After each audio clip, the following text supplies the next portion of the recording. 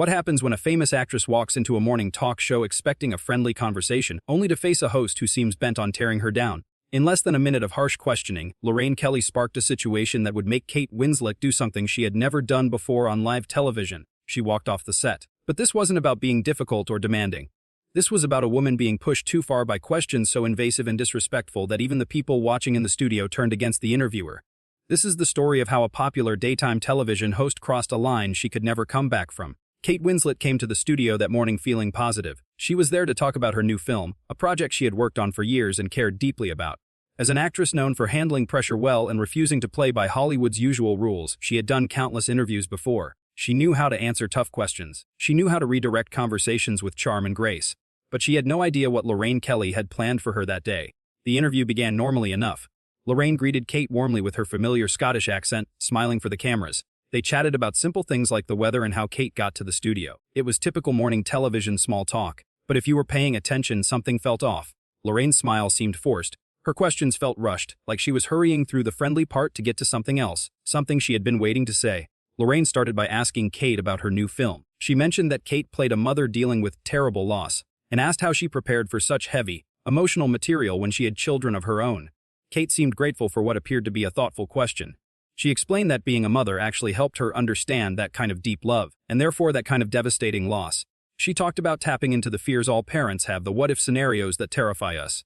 It made her performance feel real and authentic, she said. Lorraine repeated the word authentic, but her voice had changed. There was an edge to it now that made Kate's publicist, sitting off camera, sit up straighter in concern.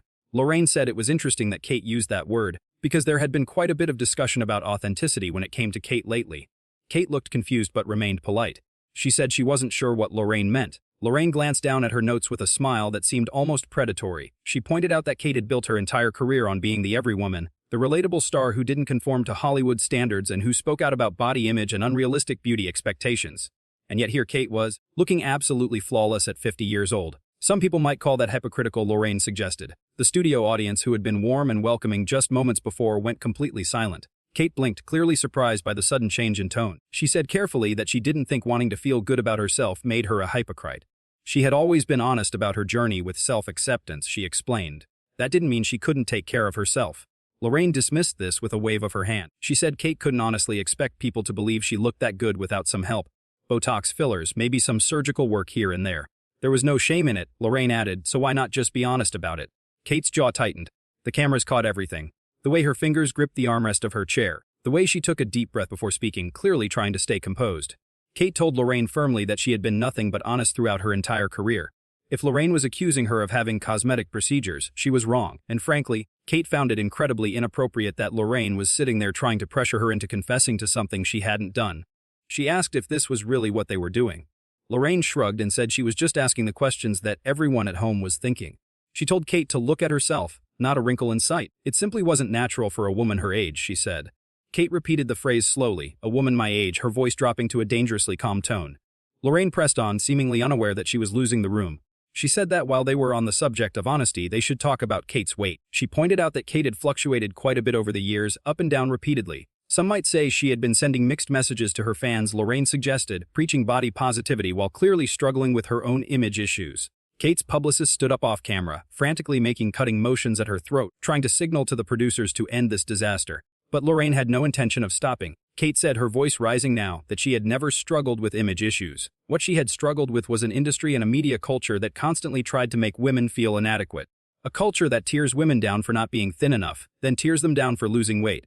That mocks them for aging naturally, then accuses them of having work done when they don't look haggard enough. And quite frankly, Kate said she expected better from Lorraine.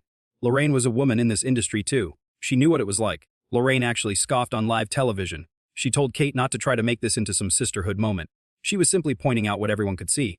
Kate had built a brand on being real, but the reality was she was just as manufactured as every other Hollywood actress. She was just better at hiding it, Lorraine said. The audience gasped.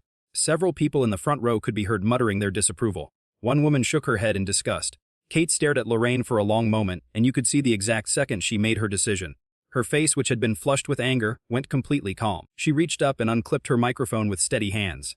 Lorraine asked what she was doing, her confidence finally faltering. Kate said simply that she was leaving. She explained that she had come to talk about her work, to discuss a film that meant everything to her, a film about loss and love and human resilience. Instead, Lorraine had spent the last several minutes trying to humiliate her on national television, questioning her integrity, making cruel remarks about her appearance, and suggesting she was lying to the people who had supported her throughout her career. Lorraine tried to laugh it off, telling Kate not to be dramatic. There was panic in her eyes now. She could feel the interview slipping away from her. She said she was just having a conversation, and if Kate couldn't handle a few tough questions, maybe she wasn't as strong as she pretended to be. That was the final straw. Kate's voice became sharp as she responded. Tough questions, she said, are about her process as an actress, about the themes in her work, about the choices she makes in her career. What Lorraine was doing wasn't journalism. It was bullying, and Kate wouldn't sit there and be part of it. She started to walk off the set, her heels clicking against the studio floor in the dead silence that had fallen over the room. Lorraine, realizing she was about to look foolish on her own show, made one last desperate attempt to regain control. She called after Kate, her voice shrill now, saying, "Fine, run away then." It just proved her point, didn't it? All those speeches about being strong and real, and the moment someone challenged her, she fell apart. Kate stopped in her tracks. For a moment, it looked like she might keep walking, which would have been the smart move, leaving with her dignity intact. But Kate had had enough of being the bigger person. She turned around slowly and walked back toward Lorraine, who suddenly looked far less confident. Kate didn't sit back down. Instead, she stood at the edge of the set, looking directly at the host who had just made the biggest mistake of her career.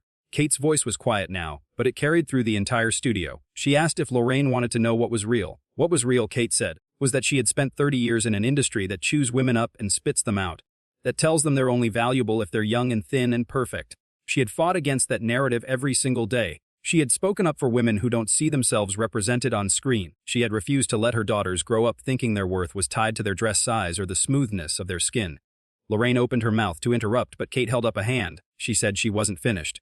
What was also real, Kate continued, was that Lorraine, a woman who had been in this business for decades, had just spent 15 minutes trying to tear her down for what exactly? Looking healthy, being confident, refusing to apologize for existing in a body that didn't conform to Lorraine's expectations. Kate told Lorraine she should be ashamed of herself, not as a presenter, but as a woman. The audience erupted in applause. Several people stood up, giving Kate a standing ovation right there in the middle of the interview. Lorraine's face went through several shades of red as she realized she had completely lost control of the situation.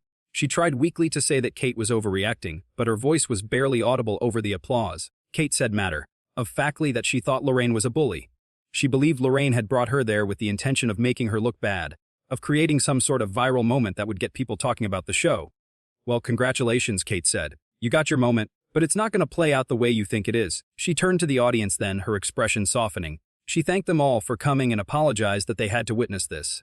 She was sorry to her fans who tuned in expecting to hear about the film. She hoped they would still go see it, she said. It was a story about standing up for yourself, about refusing to be diminished by people who want to make you small. She thought that was a message everyone needed right now.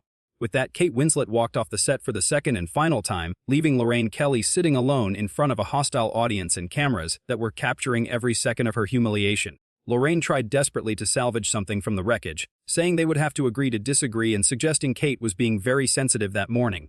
But the audience wasn't having it. The applause that had been for Kate turned into boos directed at Lorraine. One man in the front row stood up and shouted that it was disgraceful before walking out himself. Others followed. The producers were in full panic mode, trying to figure out how to cut to commercial without making things worse.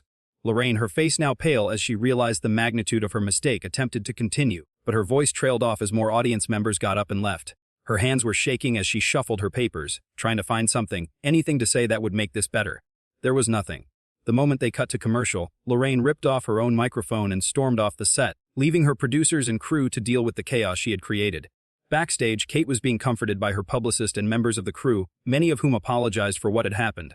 Several told her they had never seen Lorraine behave that way before, though Kate suspected that wasn't entirely true. Her publicist asked if she was okay. Kate said she was fine, and surprisingly, she meant it. Actually, she felt better than fine. She was tired of smiling through things like that, tired of being polite while people took shots at her. If she was getting older and supposedly irrelevant anyway, she might as well say what she actually thought. Within minutes, clips of the interview were spreading across every platform.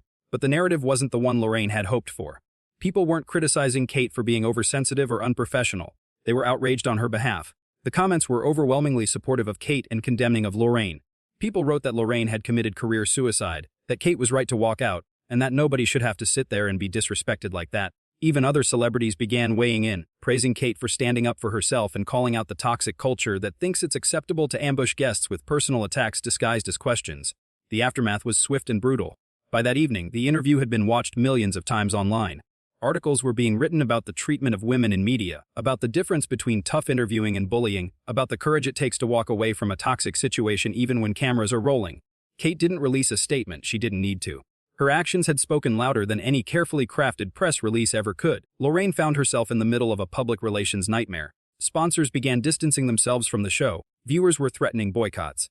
Other celebrities were canceling their scheduled appearances, not wanting to risk being subjected to the same treatment. The next morning, Lorraine opened her show with a prepared statement, apologizing for asking inappropriate and disrespectful questions. But viewers noticed what was missing from the apology. There was no real acknowledgement of what she had done wrong, no recognition of the specific harm caused. It felt hollow and performative. The controversy had exposed something many people suspected but few had been willing to say out loud. Morning television, with its bright lights and cheerful hosts and comfortable sofas, could be just as cruel and exploitative as any other corner of the media. Kate Winslet had pulled back the curtain on that reality by simply refusing to participate in her own degradation. The message was simple but powerful. You do not have to sit there and take it. You do not owe anyone your dignity. You can say no, you can leave, you can demand better. In the days that followed, other actresses began sharing their own stories of uncomfortable morning show interviews, of hosts who seemed friendly before the cameras started rolling, then turned sharp and critical once they were live. Kate remained largely silent on the matter. She attended her film premiere looking radiant and unbothered. When reporters asked about the incident, she smiled and said simply that everything that needed to be said was said in that moment. She was proud of the film and hoped people would focus on the work rather than the drama. That morning television interview lasted less than 20 minutes from start to finish, but its impact would be felt for far longer. It became a defining moment for both women, though in very different ways. For Kate, it was a moment of empowerment, a line drawn in the sand. For Lorraine, it was a cautionary tale about what happens when you mistake meanness for honesty. Years from now, when people talk about Kate Winslet's career, they'll mention her incredible performances in famous films.